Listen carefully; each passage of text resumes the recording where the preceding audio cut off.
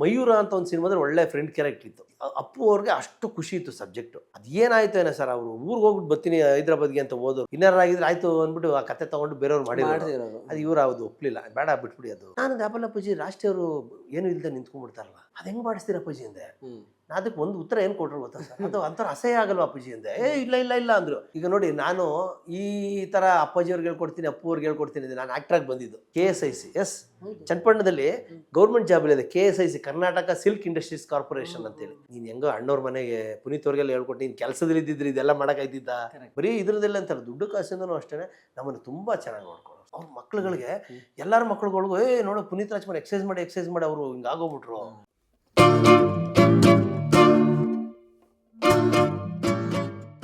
ಅಪ್ಪು ಅವರು ಅಂದ್ರೆ ಅವರು ದೊಡ್ಡ ಸ್ಟಾರ್ ಆಗ್ತಾರೆ, ಬೆಳಿತಾರೆ. ಆಮೇಲೆ ಅವ್ರ ಜೊತೆಲಿ ಏನು ಕೆಲಸ ಮಾಡಂದ್ರೆ ಸಿನಿಮಾ ನಟನೆ ಇದ್ರ ಕಡೆ ಏನು ಅವಕಾಶಗಳು? ಅದೇ ನನಗೆ ಅಪ್ಪು ಸಿನಿಮಾದಲ್ಲಿ ಪಾತ್ರ ಕೊಟ್ಟರು. ಆಮೇಲೆ ನಮ್ಮ ಬಸವದಲ್ಲಿ ಒಂದು ಪಾತ್ರ ಕೊಟ್ಟರು. ಸೊ ಅದಾದ್ಮೇಲೆ ಮಯೂರ ಅಂತ ಒಂದು ಸಿನಿಮಾದಲ್ಲಿ ಒಳ್ಳೆ ಫ್ರೆಂಡ್ ಕ್ಯಾರೆಕ್ಟರ್ ಇತ್ತು. ಅನೌನ್ಸ್ ಆಗಿತ್ತು. ಅದು ನಮ್ಮ KP ಶ್ರೀರಂಗಂತವ್ರೆ ಮಾಡಬೇಕಿತ್ತು. ಸೊ ಡೈರೆಕ್ಟರ್ ತುಂಬ ಆತ್ಮೀಯವಾಗಿದ್ದೆ ನಾನು ಆ ಪಿಕ್ಚರ್ ಡೈರೆಕ್ಟರ್ಗೆ. ಸೊ ತುಂಬ ಅದ್ಭುತವಾಗಿತ್ತು ಕತೆ. ಡೈರೆಕ್ಟ್ ಹೆಸರು ತಮಿಳವರು? ಇವರು ತೆಲುಗು ಅವರು. ಅವ್ರ ಹೆಸರು ನನಗೆ ಮರ್ತಿದ್ದೀನಿ. ಸೊ ಅವರು ಆಲ್ರೆಡಿ ಕಾನಿಷ್ಕ ಎದುರುಗಡೆ ರೂಮ್ ಹಾಕಿದ್ರು ಸರ್. ರೂಮಾಗಿ ನಾನು ಹೋಗ್ತಾ ಇದ್ದೆ, ಮಾತಾಡಿಸಿ ಎಲ್ಲ ಬರೋ ನನಗೊಂದು ಪಾತ್ರ ಹಾಕ್ಲಿ ಅಂದ್ಬಿಟ್ಟು ಒಂದು ಫ್ರೆಂಡ್ ಕ್ಯಾರೆಕ್ಟರ್ ಏನೋ ಒಂದು ಮಾಡ್ತಾ ಇದ್ದೆ. ಅಪ್ಪು ಅವ್ರಿಗೆ ಅಷ್ಟು ಖುಷಿ ಇತ್ತು ಸಬ್ಜೆಕ್ಟು. ಅದೇನಾಯ್ತು ಏನೋ ಸರ್, ಅವರು ಊರಿಗೆ ಹೋಗ್ಬಿಟ್ಟು ಬರ್ತೀನಿ ಹೈದರಾಬಾದ್ಗೆ ಅಂತ ಹೋದವರು ಅಲ್ಲೇ ಹಾರ್ಟ್ ಅಟ್ಯಾಕ್ ಆಗಿ ಹೋಗ್ಬಿಟ್ಟಿದ್ದಾರೆ ಸರ್. ಡೈರೆಕ್ಟರ್ ಹೋಗ್ಬಿಟ್ರು. ಅದಕ್ಕೆ ಅಲ್ವಾ ಮಯೂರ ಸ್ಟಾಪ್ ಆಗಿದ್ದು. ಅದು ಪೋಸ್ಟರ್ಸ್ ಗಳೆಲ್ಲ ಅಂಟಿಸಿದ್ರು, ನೆನಪಿದೆ. ಹೌದು, ಅದಕ್ಕೆ ಸ್ಟಾಪ್ ಆಗೋಗಿದ್ದು ಅದು. ಆಮೇಲೆ ಶ್ರೀಕಾಂತ್ ಅವರು ಏನೋ ಟೇಕ್ ಓವರ್ ಮಾಡೋಣ ಅಂತ ಅಂದ್ರಂತೆ. ಅದಕ್ಕೆ ಅಪ್ಪು ಅವ್ರ ಒಂದು ಮಾತಂದ್ರಂತೆ, ಕತೆ ಕಾನ್ಸೆಪ್ಟ್ ಬಂದು ಅವ್ರ ಮೈಂಡಲ್ಲಿ ಅವರೇ ಮಾಡಿದ್ರೆ ಚೆನ್ನಾಗಿರುತ್ತೆ, ಅದನ್ನ ಸೃಷ್ಟಿಕರ್ತನೇ ತೆಗೆದ್ರಷ್ಟು ಚೆನ್ನಾಗಿರುತ್ತೆ. ಇದನ್ನ ಅವ್ರ ಕತೆನ ತಗೊಂಡು ಇನ್ಯಾರೋ ಡೈರೆಕ್ಷನ್ ಮಾಡೋಷ್ಟು ಇದಲ್ಲ, ಬೇಡ ಬಿಟ್ಬಿಡ ಅಂತ ಅದು ಬಿಟ್ಟೇ ಬಿಟ್ಟದನ್ನ. ಪುನೀತ್ ರಾಜ್ಕುಮಾರ್ ಅವ್ರದ್ದು ಅದೊಂದೇ ಸಿನಿಮಾ ಅನ್ಸುತ್ತೆ ಮಯೂರ, ಅದು ಸ್ಟಾಪ್ ಆಗೋಯ್ತು. ಆಮೇಲೆ ಚೆನ್ನಾಗಿತ್ತು, ಅವ್ರು ಮಾಡಿದ್ರೆ ಚೆನ್ನಾಗಿರೋದು. ನೋಡಿ, ಅವ್ರ ಅಪ್ಪು ಕಾನ್ಸೆಪ್ಟ್, ಅವ್ರ ತಲೆ ಅವಾಗಲೇ ಹಂಗಿದೆ ನೋಡಿ. ಇನ್ನರ್ ಆಗಿದ್ರೆ ಆಯ್ತು ಅಂದ್ಬಿಟ್ಟು ಆ ಕತೆ ತಗೊಂಡು ಬೇರೆಯವ್ರು ಮಾಡಿರೋದು. ಅದು ಇವ್ರು ಅದು ಒಪ್ಲಿಲ್ಲ, ಬೇಡ ಬಿಟ್ಬಿಡಿ ಅದು, ಬೇರೆ ಆ ಥರ ಇನ್ಯಾರು ಮಾಡೋಕ್ಕಾಗಲ್ಲ ಅಂತ. ಅಪ್ಪಾಜಿಯವರು ನನಗೆ ಹೇಳಿದ್ದು, ಇದು ಎಲ್ಲೂ ನಾನು ಇದು ಮಾಡಿಲ್ಲ. ನನಗೆ ಅಪ್ಪಾಜಿಯವ್ರು ಪ್ರಾಕ್ಟೀಸ್ ಮಾಡ್ತಾ ಅವ್ರಿಗೆ ಎಕ್ಸಸೈಸ್ ಮಾಡಿಸ್ತಿದ್ದಲ್ಲ, ಪ್ರತಿಯೊಂದು ಹೇಳೋರು. ಅದರಲ್ಲಿ ಒಂದು ಆಶ್ಚರ್ಯವಾದಂಥ ಒಂದು ವಿಷಯ ನನಗೆ ಹೇಳಿದ್ರು. ಏನು ಅಂದರೆ, ಅಪ್ಪು ಅವ್ರ ಕೈಲಿ, ಪುನೀತ್ ರಾಜ್ಕುಮಾರ್ ಕೈಲಿ ಒಂದು ಈ ಗೊಮ್ಮಟೇಶ್ವರನ ಪಿಕ್ಚರು ಭರತ ಬಾಹುಬಲಿ, ಅದೇ ಸರ್ ಕರೆಕ್ಟು, ಅದನ್ನು ನಾನು ಮಾಡಿಸ್ಬೇಕು ಅನ್ನೋ ಒಂದು ಆಸೆ ತುಂಬ ಇತ್ತಂತ ಅಪ್ಪಾಜಿಗೆ. ನಾನು ಆಪಲ್ ಅಪ್ಪಾಜಿ ರಾಷ್ಟ್ರೀಯವರು ಏನು ಇಲ್ಲದೆ ನಿಂತ್ಕೊಂಡ್ಬಿಡ್ತಾರಲ್ಲ, ನನಗೆ ಯಾವುದು ಬಟ್ಟೆ ಗಿಟ್ಟೆ ಏನು ಬೇಡ ಅಂತ ತ್ಯಜಿಸಿ ಬರೀ ಇದರಲ್ಲಿ ಹಿಂಗೆ ನಿಂತ್ಕೊಂತಾರಲ್ಲ ಸರ್, ಅದು ಹೆಂಗೆ ಮಾಡಿಸ್ತೀರ ಅಪ್ಪಾಜಿ ಅಂದೆ. ಅದಕ್ಕೆ ಒಂದು ಉತ್ತರ ಏನು ಕೊಟ್ಟರು ಗೊತ್ತಾ ಸರ್, ಅದು ಅಂತರ ಅಸಹ್ಯ ಆಗಲ್ವ ಅಪ್ಪಾಜಿ ಅಂದೆ. ಇಲ್ಲ ಇಲ್ಲ ಇಲ್ಲ ಅಂದರು. ಹೆಂಗೆ ಅಂತಂದರೆ, ನಾವು ಕೇಳೋದಕ್ಕೆ ನಿಮ್ಗೆ ಅನಿಸುತ್ತೆ ಅಷ್ಟೇ ಅಸಹ್ಯ ಅಂತ, ಕತೆ ಒಳಗೆ ಇನ್ವಾಲ್ವ್ ಆಗ್ಬಿಟ್ರೆ ನೋಡಿ, ಆ ಸಿನಿಮಾ ಸ್ಟಾರ್ಟಿಂಗಿಂದ ನೋಡ್ತಾ ನೋಡ್ತಾ ನೋಡ್ತಾ ಬಂದಾಗ ಪೂಜ್ಯ ಭಾವನೆ ಬಂದ್ಬಿಡುತ್ತಂತೆ ಆ ಕತೆಗೆ. ಅಪ್ಪು ಅವರು ಬಟ್ಟೆ ಇಲ್ದಿರ ನಿಂತ್ಕೊಂಡಾಗ ಕೈ ಮುಗಿತಾರಂತೆ ಜನ ಲಾಸ್ಟಲ್ಲಿ. ಅಣ್ಣವ್ರು ಹೇಳಿದ್ದು ಅಂದರೆ, ಕತೆ ಒಳಗೆ ಅಷ್ಟು ಇನ್ವಾಲ್ವ್ ಆಗ್ಬಿಟ್ಟಿರ್ತೀರ ನೀವು. ನಿಮ್ಗೆ ಅರ್ಥ ಆಯ್ತಲ್ಲ, ಕತೆ ಒಳಗೆ ಅಷ್ಟು ಇನ್ವಾಲ್ವ್ ಆಗ್ಬಿಟ್ಟಿರ್ತೀರ, ನಿಮ್ಗೆ ಆ ಲಾಸ್ಟಲ್ಲಿ ಆ ಬಟ್ಟೆ ಬೇಡ ಅಂತ ತ್ಯಜಿಸಿದಾಗ ನಿಮಗೆ ಅಸಹ್ಯ ಆಗಲ್ಲ, ಕೈ ಮುಗಿತಾರೆ ಪುನೀತ್ ರಾಜ್ಕುಮಾರ್ಗೆ ಆಡಿ ಜನ. ಅದು ಆಸೆ ಇತ್ತು, ಅಪ್ಪು ಕೈಲಿ ಮಾಡಿಸ್ಬೇಕು ಅಂತ. ಆ ಪರ್ಸನಾಲಿಟಿ ಕರೆಕ್ಟಾಗಿರುತ್ತೆ ಅವ್ನು ಮಾಡಿದ್ರೆ, ನನಗೆ ಆಸೆ ಮಾಡಬೇಕು ಅಂತ. ಅದು ಅಷ್ಟೊಂದು ಆಸೆ ಇತ್ತು ಸರ್. ಭರತ ಬಾಹುಬಲಿ ಟೈಟ್ಲ್ ಕೂಡ ಅನೌನ್ಸ್ ಆಗಿತ್ತಲ್ಲ, ಅದು ಶಿವಣ್ಣ ಮತ್ತೆ ಪುನೀತ್ ಅಂತ. ಇವು ಅದ್ರಲ್ಲಿ ಅಪ್ಪುದು ವಿಚಾರ ನನಗೆ ಹೇಳಿದ್ದು. ಬಾಹುಬಲಿ ಪಾತ್ರ ಅಪ್ಪು, ಭರತನ ಪಾತ್ರ ಶಿವಣ್ಣ. ಒಟ್ಟಲ್ಲ ಅದು ಹೇಳಿದ್ರು ನನಗೆ. ಅದು ಹೇಳಿದಾಗ ನಾನು ಈ ಥರ ಪ್ರಶ್ನೆ ಕೇಳಿದಾಗ ಅದಕ್ಕೆ ಈ ಥರ ಉತ್ತರ ಕೊಟ್ಟರು ಸರ್. ಆ ಪೂಜ್ಯ ಭಾವನೆ ಬಂದ್ಬಿಡುತ್ತಂತೆ, ಹಂಗಿದ್ದಾಗ ಸಹ ಅನ್ಸೋದೇ ಇಲ್ವಂತೆ. ಅಷ್ಟರೊಳಗೆ ಮನಸ್ಸನ್ನ ಆ ಕತೆ ಇನ್ವಾಲ್ವ್ ಆಗ್ಬಿಟ್ಟಿರುತ್ತೆ ಜನರ, ಆಡಿಯನ್ಸ್ ಒಂದು ಮನಸ್ಸು, ಅವಾಗ ಕೈ ಮುಗಿಬೇಕು ಅನ್ಸುತ್ತೆ ಅವ್ರಿಗೆ ಅಂತ ಅಂದರು ಸರ್. ಅದು ತುಂಬ ಆಶ್ಚರ್ಯ ಸರ್, ನನಗೆ ಖುಷಿ ಆಯ್ತು. ನನಗೆ ಒಂಥರ ಸಿನಿಮಾ ರಂಗದ ಕಷ್ಟದ ದಿನಗಳು ನೋಡಿದಾಗ ಏನು ಅನ್ಸುತ್ತೆ ಅಂದರೆ, ಸಿನಿಮಾ ರಂಗದಲ್ಲಿ ಅನ್ಕೊಂಡಿದ್ದೆಲ್ಲ ಆಗಲ್ಲ, ಅನ್ಕೊಂಡಿರ್ತಾರೆ ಆ್ಯಕ್ಚುಲಿ. ನೀವು ಈಗ ಅನ್ಕೊಳ್ಳೋದೇ ಒಂದು ಆಗೋದು. ಹೌದು. ಈಗ ನೋಡಿ, ನಾನು ಈ ಥರ ಅಪ್ಪಾಜಿಯವ್ರಿಗೆ ಹೇಳ್ಕೊಡ್ತೀನಿ, ಅಪ್ಪು ಅವ್ರಿಗೆ ಹೇಳ್ಕೊಡ್ತೀನಿ, ನಾನು ಆ್ಯಕ್ಟ್ರಾಗಿ ಬಂದಿದ್ದು. ಆದರೆ ಈ ಸಾಹಸ ಅನ್ನೋದೇನದು, ಫೈಟ್ ಅನ್ನೋದು ನಾನು ಸಿನಿಮಾಗೆ ಬೇಕು ಅಂತ ನಾನು ಕಲ್ತ್ಕೊಂಡಿದ್ದೆ ಅಷ್ಟೇ ಸರ್. ಫೈಟ್ ಮಾಸ್ಟರ್ ಆಗಬೇಕು ಅಂದರೆ, ಆದರೆ ಅದು ಈ ಮೂಲಕ ಅಣ್ಣವ್ರ ಮನೆಗೆಲ್ಲ ಕರ್ಕೊಂಡೋಗಿ ಅಪ್ಪು ಅವ್ರಿಗೆ ಹೇಳ್ಕೊಡಂಗಾಗಿ ಸರ್. ನಾನು ಹೇಳ್ದಲ್ಲ, ನನಗಿನ್ನ ತುಂಬ ಅದ್ಭುತವಾಗಿ ಮಾಡೋರು ಎಷ್ಟೋ ಜನ ಇದ್ದಾರೆ ಇವತ್ತು. ಕರೆಕ್ಟ್ ಅಲ್ಲ ಸರ್? ನನಗಿನ್ನ ಅದ್ಭುತವಾಗಿ ಮಾಡೋಂಥವ್ರು ಎಷ್ಟು ಜನ ಬೇಕು. ಆದರೆ ಭಗವಂತ ನಮಗೆ ಒಂದು ಅವಕಾಶ ಕೊಟ್ಟು ಅವ್ರು ಮಾಡಿಸುವಂಥದ್ದು ಒಂದು ನಮಗೆ ಅವಕಾಶ ಕೊಟ್ಟರು ಅಂತಂದರೆ ಅದು ರಾಯರಿಗೆ ನನ್ನ ಒಂದು ಆಕ್ಟರ್ ಆಗದೆ ಇದ್ರೆ ಏನಾಯ್ತು, ಇಂಥ ಅವಕಾಶ ಸಿಗ್ತಲ್ಲ ಸಿಗ್ತಾರೆ ಅಂತ ಸರ್. ಸಂತೃಪ್ತಿ. ಸರ್ ಇನ್ನೊಂದು ವಿಚಾರ, ನಾನು ಗೌರ್ಮೆಂಟ್ ಜಾಬಲ್ಲಿದ್ದೆ. ನಾನು KSIC, ಎಸ್ ಹೌದು. ಚನ್ನಪಟ್ಟಣದಲ್ಲಿ ಗೌರ್ಮೆಂಟ್ ಜಾಬಲ್ಲಿದೆ. KSIC, Karnataka silk industries corporation ಅಂತೇಳಿ, ಮೈಸೂರು ಸಿಲ್ಕ್ ಸ್ಯಾರಿ ಬರುತ್ತಲ್ಲ, ಆ ಡಿಪಾರ್ಟ್ಮೆಂಟಲ್ಲಿ ಕೆಲಸದಲ್ಲಿದ್ದೆ ನಾನು. ನೆಟ್ಟಿಗೆ ಕೆಲಸಕ್ಕೆ ಹೋಗ್ತಿರಲಿಲ್ಲ ನಾನು. ಕೆಲಸ ಬಿಟ್ಬಿಟ್ಟು ಬರೀ ಶೂಟಿಂಗು ಎಷ್ಟು ದಿವಸ ಅಂತ ನೋಡ್ತಾರೆ ಅವರು. ಕೊನೆಗೆ ಏನು ಮಾಡಿದ್ರು, ನನಗೆ ನೋಡೋರ್ಗು ನೋಟಿಸ್ ಕೊಡೋಕ್ಕೆ ಶುರು ಆದರು. ಆಮೇಲೆ ನಾನು ರಾಘಣ್ಣನಿಗೆ ಹೇಳ್ಬಿಟ್ಟು ನಾನು ಬೆಂಗಳೂರಿಗೆ ಟ್ರಾನ್ಸ್ಫರ್ ಮಾಡಿಸ್ಕೊಂಡು ಯುಟಿಲಿಟಿ ಬಿಲ್ಡಿಂಗಲ್ಲಿ ಕೆಲಸದಲ್ಲಿದ್ದೆ. ಅಲ್ಲೂ ಅಬ್ಸೆಂಟ್. ತಿರ್ಗಾ ನನ್ನ ಹಿಂಸೆ ನೋಡೋರು ವಾಪಸ್ ತಗೊಂಡೋಗಿ ಹಚ್ಬಿಟ್ರು ವಾಪಸ್ ಚನ್ನಪಟ್ಟಣಕ್ಕೆ. ಇವ್ನು ಸಿಕ್ಕಾಬಿಟ್ಟು ಅಬ್ಸೆಂಟ್ ಆಯ್ತಾನೆ, ಬರೀ ಸಿನಿಮಾ ಅಂತಾರೆ ಅಂತ. ಅದೇನಾಯಿತು, ನಾನು ಇಲ್ಲಿ ಬಂದೆ, ಇಲ್ಲಿ ಲಾಕೌಟೇ ಮಾಡಿಬಿಟ್ರು.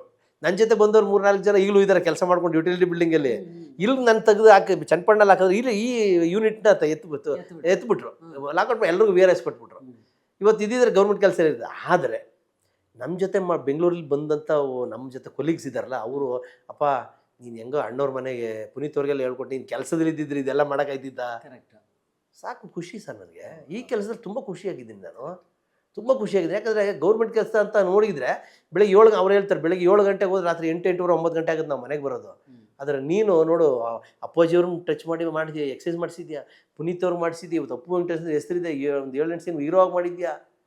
ಇದು ಎಲ್ಲ ಯಾರು ಎಲ್ಲಿ ಸಿಗೋದು ನೀನು ಕೆಲಸದಲ್ಲಿ ಇದ್ದಿದ್ರೆ ಅಂದಿರೋ ಸತ್ಯ.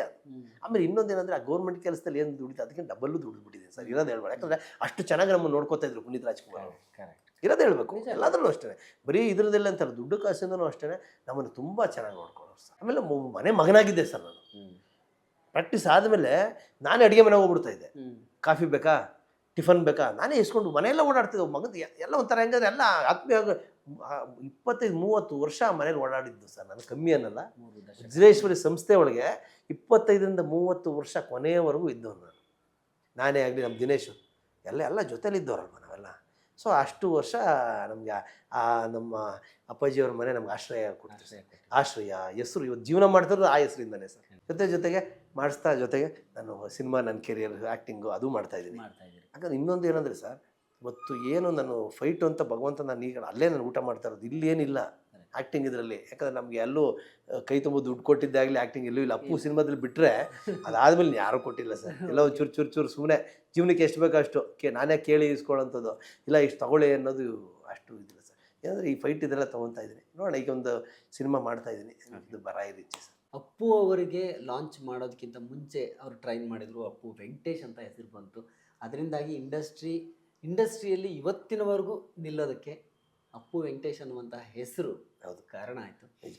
ಒಂದು ಟೈಮಲ್ಲಿ ಅಪ್ಪು ಅವ್ರು ಕಾಲವಾದಂಥ ಟೈಮಲ್ಲಿ ಸರ್, ಸುಮಾರು ಒಂದು ಇದನ್ನು ಹಬ್ಬಿಸ್ಬಿಟ್ಟಿದ್ರು. ಏನಂತಂದರೆ ಬ್ಯಾಡ್ ನ್ಯೂಸ್ ಅಂತಾರಲ್ಲ, ಅದೇನಂದರೆ ಪುನೀತ್ ರಾಜ್ಕುಮಾರ್ ಓವರ್ ಎಕ್ಸಸೈಸ್ ಮಾಡಿಬಿಟ್ರು, ನೀವು ಮಾಡಿಬಿಟ್ರು. ಮಕ್ಳುಗಳಿಗೆ, ಎಲ್ಲರ ಮಕ್ಳುಗಳಿಗೂ ನೋಡೋ ಪುನೀತ್ ರಾಜ್ಕುಮಾರ್ ಎಕ್ಸಸೈಸ್ ಮಾಡಿ ಅವರು ಹಿಂಗಾಗೋಗ್ಬಿಟ್ರು. ಆದರೆ ಎಷ್ಟು ತಪ್ಪು ಸರ್ ಅಂದರೆ ಸರ್ ಪುನೀತ್ ಅಪ್ಪು ಅವ್ರು ಬದುಕಿದ್ದಾಗಲೂ ಹೇಳೋರು, ಚೆನ್ನಾಗಿ ಎಕ್ಸಸೈಸ್ ಮಾಡಿ, ಒಳ್ಳೆ ಊಟ ಮಾಡಿ, ಆರೋಗ್ಯವಾಗಿರಿ ಅಂತ. ಇವತ್ತು ಡಾಕ್ಟರ್ ಹೇಳ್ತಾರೆ ಏನಂದರೆ, ಚೆನ್ನಾಗಿ ವಾಕಿಂಗ್ ಮಾಡಿ, ಎಕ್ಸಸೈಸ್ ಮಾಡಿ, ಚೆನ್ನಾಗಿ ಆರೋಗ್ಯವಾಗಿರಿ, ಒಳ್ಳೆ ಊಟ ತಿನ್ನಿ ಅಂತೇಳಿ. ನಾನು ಹೇಳೋದು ಎಲ್ರಿಗೂ ಇಷ್ಟೇ, ನಿಮ್ಮದೇ ಅದಕ್ಕೆ ಏಜ್ ಆದಂಥವ್ರು ಒಂದು ವಾಕಿಂಗ್ ಇಟ್ಕೊಳ್ಳಿ, ಒಂದು ಎಕ್ಸಸೈಸ್ ಕೊಡಿ. ಈ ಮಕ್ಕಳುಗಳು ಒಂದು ಕರಾಟೆ ಕ್ಲಾಸು, ಒಂದು ಡ್ಯಾನ್ಸು, ಒಂದು ಯೋಗನೋ ಏನೋ ಒಂದು ಅವರ ಒಂದು ಬಾಡಿಗೆ ಆಗುವಂಥ ಎಕ್ಸಸೈಸು, ಅದನ್ನು ಏನಾದ್ರು ಒಂದು ಡೈಲಿ ಇಟ್ಕೊಂಡ್ರೆ ಸರ್ ಒಂದು ತುಂಬ ಆರೋಗ್ಯ ಸುಧಾರಿಸ್ಕೊಬೋದು. ಈ ಥರದ್ದು ಉದಾಹರಣೆ ಕೊಟ್ಟು ಈ ಥರದ್ದು ಇದೆಲ್ಲ ತುಂಬ ತಪ್ಪು. ಹೌದು, ಆ ಸಂದರ್ಭದಲ್ಲಿ ಬಹಳಷ್ಟು ಚರ್ಚೆ ಆಯ್ತು. ನಾನು ಒಂದು ವಿಚಾರ ಹೇಳ್ತೀನಿ ಸರ್. ಈಗ ಸುಮಾರು ಜನ ನನಗೆ ಫೋನ್ ಮಾಡಿ ಈಗಲೂ ಕೇಳ್ತಾರೆ, ಸರ್ ಕರೆಕ್ಟು ಮ್ಯಾಟ್ರ್ ಏನು ಸರ್ ಪುನೀತ್ ರಾಜ್ಕುಮಾರ್ ಕಾಲವಾಗಕ್ಕೆ ಅಂತಾರೆ. ಒಬ್ಬೊಬ್ರು ಅಂತಾರೆ ಹೇಳ್ತಾರೆ, ಅವ್ರು ಪಾರ್ಟಿಗೆ ಹೋಗಿದ್ರು, ಅಲ್ಲಿ ಏನು ಇದಾಯ್ತು, ಇನ್ನು ಅದು ನಿಮ್ಗೆ ಎಲ್ಲರೂ ಅದು ಸಹಜ. ಹೇಳೋದು ರೀಸನ್ ಒಂದೇ, ಭಗವಂತ ಅವ್ರ ಆಯ್ಸ್ ಮುಗಿದಿತ್ತು ಸರ್. ಅದು 100% ಸತ್ಯ. ಒಬ್ಬ ಮನುಷ್ಯನಿಗೆ ಭಗವಂತ ಎಷ್ಟು ಅಂತ, ನೀವೇ ಆಗಲಿ ನಾವೇ ಆಗಲಿ ಒಂದು ದಿವಸ ಎಲ್ಲ ಹೋಗ್ಲೇಬೇಕು. ನಮ್ಮ ಒಂದು ಪಾರ್ಟಿಯಿಂದ ಒಂದು ರಾತ್ರಿ ಪಾರ್ಟಿ ಮಾಡಿದ್ರಿಂದ ಹೋಗೋದಾದ್ರೆ ಸರ್ ಅದಲ್ಲ ಎಷ್ಟು ಪಾರ್ಟಿಗೆ ಹೋಗಿದ್ದೀವಿ ನಾವು. ಅಪ್ಪು ನಾವೆಲ್ಲ ಎಷ್ಟು ಪಾರ್ಟಿಗೆ ಹೋಗಿದ್ದೀವಿ. ಈಗ ಎಲ್ಲ ತಿಳ್ಕೊಂಡಂಗೆ ಅವರು ಓವರ್ ಸುಳ್ಳು ಸರ್, ಎಲ್ಲ ಸುಳ್ಳು ಸರ್. ಎಷ್ಟು ಪಾರ್ಟಿಗೆ ನನ್ನ ಕರ್ಕೊಂಡು ಹೋಗಿದ್ದಾರೆ ಹಂಗನ್ಬಿಟ್ಟು ಅವರು ಯಾವಾಗಲೂ ಇದಾಗಬೇಕಿತ್ತು. ಒಂದು ರೀಸನು, ಮೇನ್ ರೀಸನ್ ಏನೋದು ಇದು ಯಾವುದು ರೀಸನ್ ಅಲ್ಲ, ಒಬ್ಬ ಮನುಷ್ಯನಿಗೆ ಭಗವಂತ ಇಷ್ಟ ಆಯಿಸು ಅಂತ ಬರೆದು ಬಿಟ್ರು. ಯಾಕಂದ್ರೆ ಚಿನ್ನೇಗೌಡರು ಒಂದು ಕಡೆ ಹೇಳಿದ್ರು, ಚಿನ್ನೇಗೌಡರು ಅವರ ಸೋದರ ಮಾವ ಅವ್ರು ಹೇಳಿದ್ರು, ಅವ್ರ ಜಾತಕದಲ್ಲೇ ಚಿಕ್ಕವರಿದ್ದಾಗ ತೋರಿಸಿದಾಗ್ಲೇ ಅವ್ರ ಜಾತಕದಲ್ಲೇನೆ ಅಲ್ಪಾಯುಷಿ ಅಂತ ಇತ್ತು ಅನ್ನೋ ವಿಚಾರನ ಪಾರ್ವತಮ್ಮ ಅವರು ಇವ್ರಿಗೆ ಗೊತ್ತಿತ್ತಂತೆ. ಓಕೆ. ಅಲ್ಪಾಯುಷಿ ಅನ್ನೋ ವಿಚಾರ ಅಂದ್ರೆ ರಾಜ್ಕುಮಾರ್ ಅವ್ರಿಗೆ ಹೇಳಿರ್ಲಿಲ್ವಂತೆ, ಬಟ್ ಪಾರ್ವತಮ್ಮ ಅವ್ರಿಗೆ ಗೊತ್ತಿತ್ತಂತೆ. ಅದಕ್ಕೆ ಅವರಿಗೆ ಆ ಹೆಸರು ಕೂಡ ಅವ್ರಿಗೆ ಲೋಹಿತ್ ಅಂತ ಇತ್ತು. ಲೋಹಿತ್ ಅನ್ನೋ ಹೆಸರೇ ಚೇಂಜ್ ಮಾಡಬೇಕು ಅನ್ನೋ ಕಾರಣಕ್ಕೆ ಅವ್ರು ಪುನೀತ್ ಅಥವಾ ಇದನ್ನು ಮಾಡಿದ್ರು ಅಂತ ಇರಬಹುದು. ಅದು ನಿಜ ಸರ್, ಹೇಳಕ್ಕಾಗಲ್ಲ. ನಾನು ಹೇಳೋದೇನೆಂದ್ರೆ ನಮ್ಮದೇ ಆದ ಬಾಡಿಗೆ ಏನು ಬೇಕು, ಯೋಗ ಆಗಿರ್ಬೋದು, ಡ್ಯಾನ್ಸ್ ಎಲ್ಲ ಪ್ರತಿಯೊಬ್ಬರು ಇದನ್ನ ಒಂದು ಆರೋಗ್ಯ ದೃಷ್ಟಿಯಿಂದ ಇಟ್ಕೊಳ್ಳಿ.